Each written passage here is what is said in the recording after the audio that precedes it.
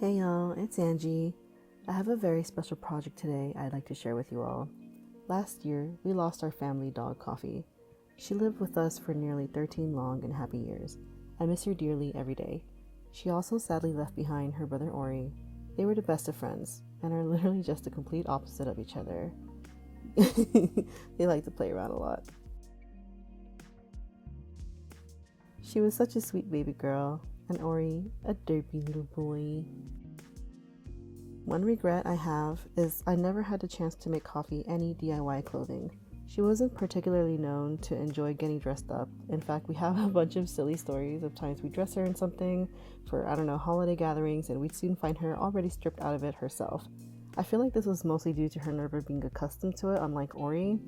Although she never seemed to care if we were out on a walk or going out to run errands and she put on a little jacket. But regardless, while I regretfully can't make anything for her, I can still make something for little Ori Bear while he's still with us. My first step was to scour the internet for guidance on this. I quickly learned there's very limited resources on patterns for a dog of his size. I'm not a seamstress by any means. I am merely a sewing enthusiast and I enjoy learning new useful skills. So due to my lack of experience, I didn't want to pay for a random pattern that I wasn't sure was going to fit him, since I don't know how to extend sizes yet. So obviously, I turned to all of the free resources that I can find. That's when I landed on Professor Pincushion's dog coat video here on YouTube. There, she provides full instructions on creating a custom coat for your dog. All I had to do was get Ori's measurements that are listed on the worksheet she also provided and follow along her video instructions. In the demonstration, she used special pattern drafting paper, aka alphabet or alphanumeric paper, that is similar to dotted paper except with alphabets or numbers. I don't have this, but I've recently discovered a pattern making program which you can see me following along here, so I can get some practice in using the program. I originally recorded Ori's measurements in centimeters, so I had to convert it to inches just like Professor Pincushion did to not confuse myself.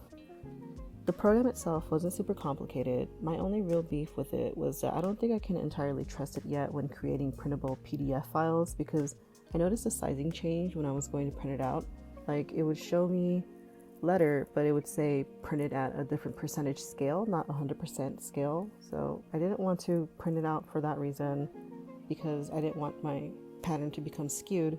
So I ended up having to print it directly from the program right now. So I don't know if I can fully recommend a program just yet, but I do want to try it again. Maybe there was a printing setting I wasn't doing right. But anyway, once that was printed out, I began assembling it on a table.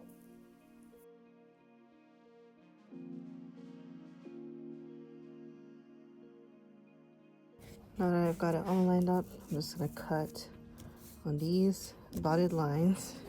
Basically the lines that show the little scissors.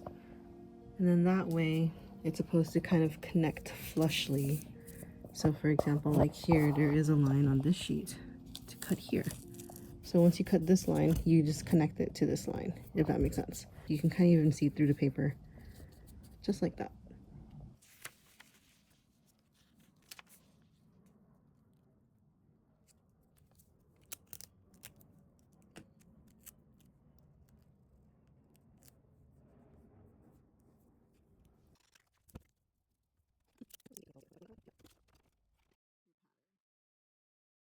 So initially, when I created this, I added seam allowance. So that's what this double line is right here. This inner one, obviously, that's like what you intend for the pattern, but then the program allows you to add this seam allowance.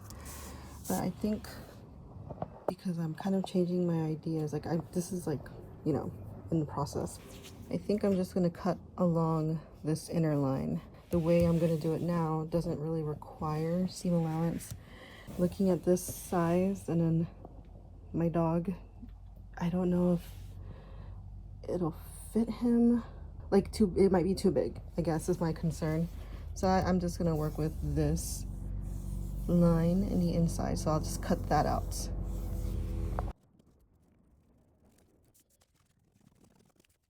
I have my pattern here.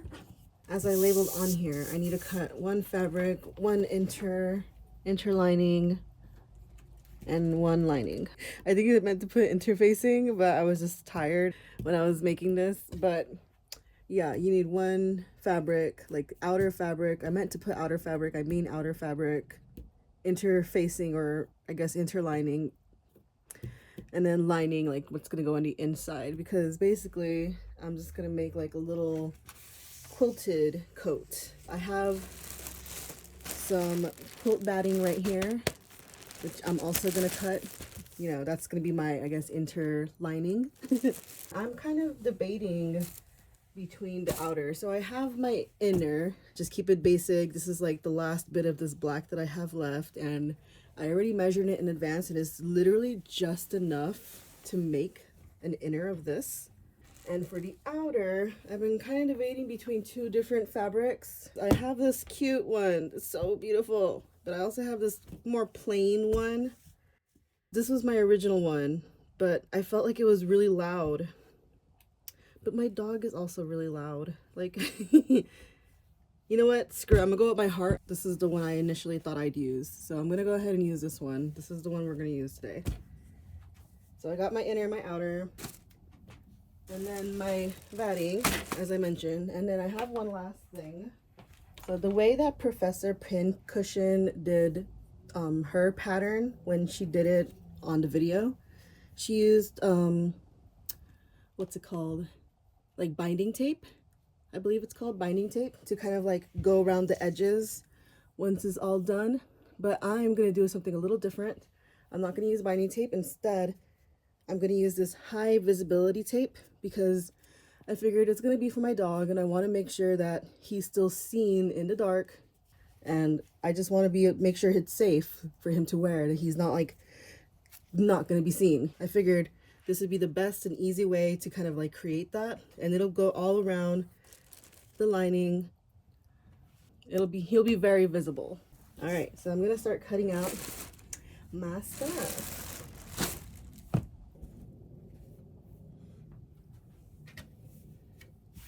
I am doing a fold over method because this pattern that I created, the top line is meant to be, I meant to also add that, but again, this is my first time using this program, so bear with me. I know that this is my fold line, this is my folded fabric edge. I just didn't label it, but I want to take that from underneath and I'll put this on top, lining it to the edge.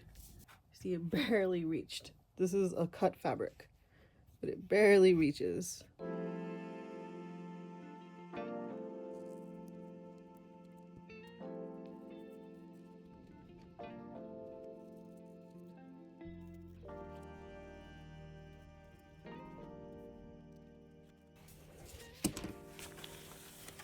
So that is my piece.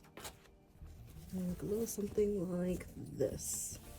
So this is, I'm gonna wrap around the dog. This will connect, but add a button here, and then add a button here when it wraps around. And that's how it'll be.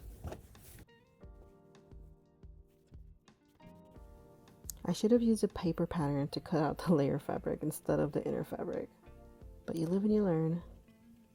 Next time I know.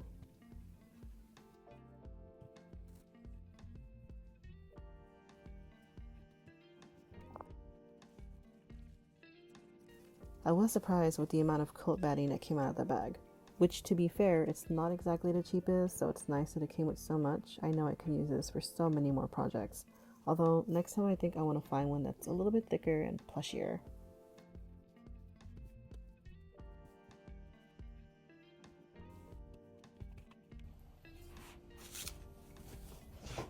Bless you!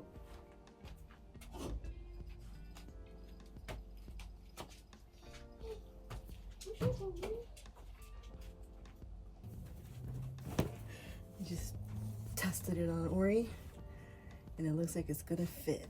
The next step was to baste all the layers together, which I did record, but somehow the video file got corrupt or something, because I couldn't even play it back afterwards. And just, you know, sorry about that.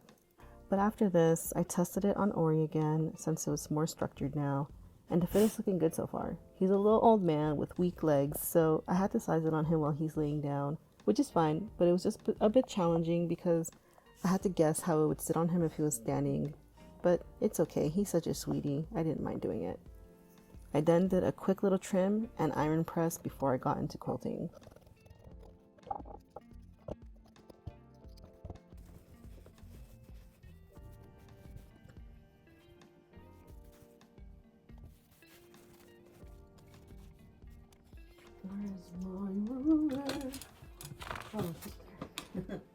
This marker, it is called a disappearing ink marker. This honestly works really nice.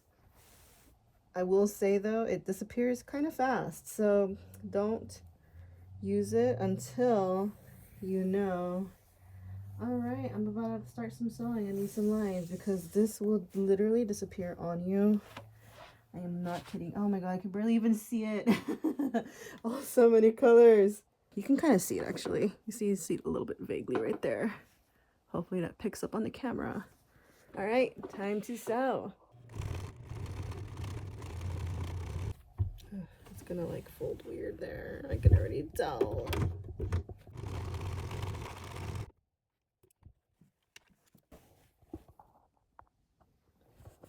My line didn't come out super perfect, but also didn't come out too bad. And the good thing is that this fabric may just be like a forgiving kind because of all the patterns it has, because you can't even really tell there's some bunching that happened. This little area kind of bunched up a little bit. Yeah, just a tiny bit. Not enough to mess with the integrity of the project though.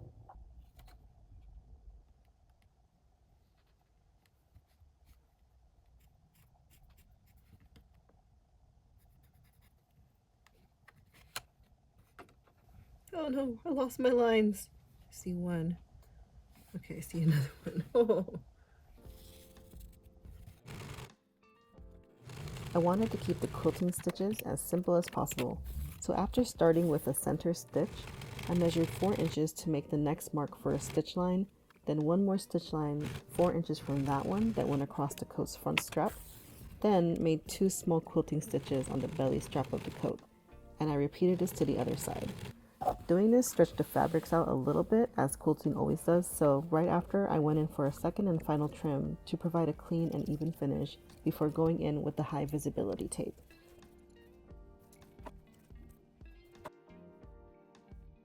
Okay, almost ready. Normally with bias tape, you want to sew it on a certain way to hide the edges in case they fray, but that's not necessary for this tape. I just folded it and inserted the fabrics in between the fold and clipped it in place.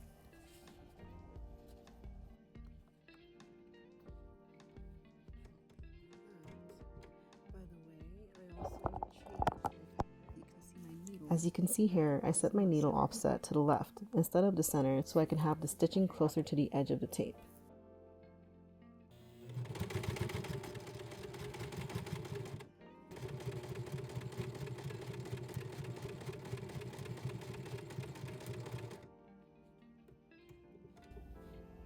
Oh nice, it's stitching through.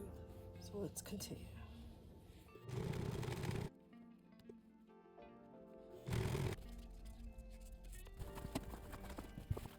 I think I might have to just bunch up, to be honest. I'm trying my best not to, but it's kind of already doing it without me trying.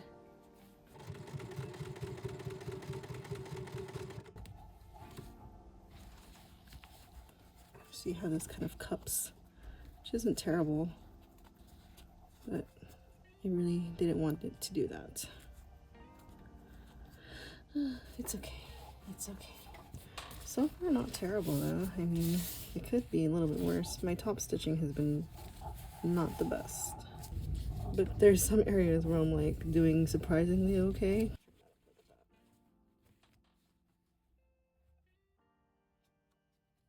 The corners were the most challenging part of this. I soon learned that there's a presser foot you can actually get that helps add the binding tape to projects, so I need to look into that and investigate further. But the process was actually not too bad. I think I can see myself using this for other, smaller projects that I want to make for Ori.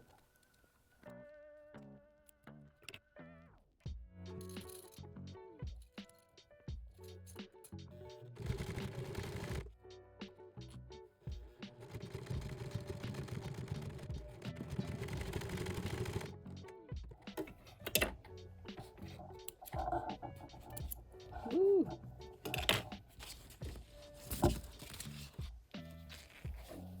This came out very curled, but at least it was also down.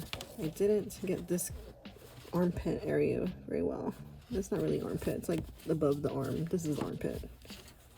But yeah, this part I need to go back over. Pretty sure I did this fine. Yep, well enough.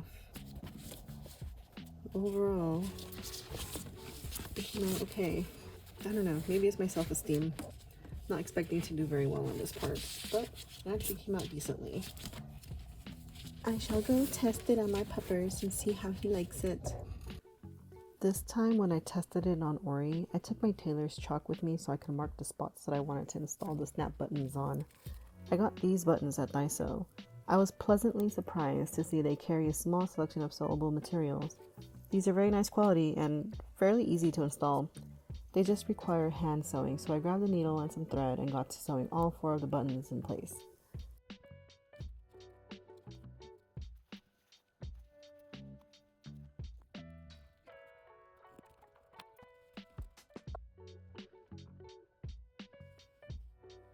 Oh god, they actually are much nicer quality than the camera shows, honestly.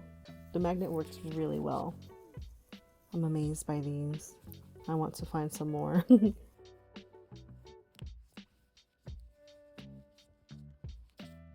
Once that's done, the coat's now complete. I did it off camera, but I even fixed up the arm area that didn't get sewn in properly. Wasn't that hard, just de-threaded a little bit and then went in with my machine again.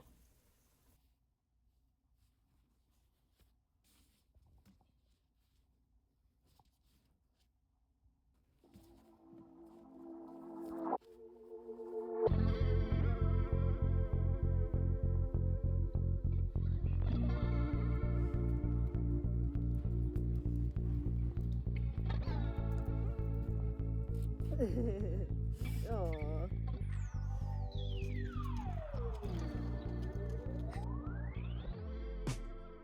And honestly, what they say is true.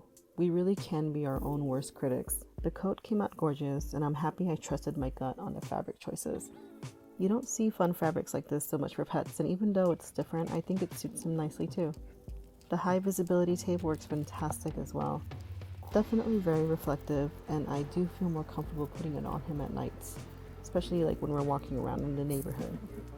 This was a fun project to try, and a very special thanks to Professor Pincushion for all of the amazing resources.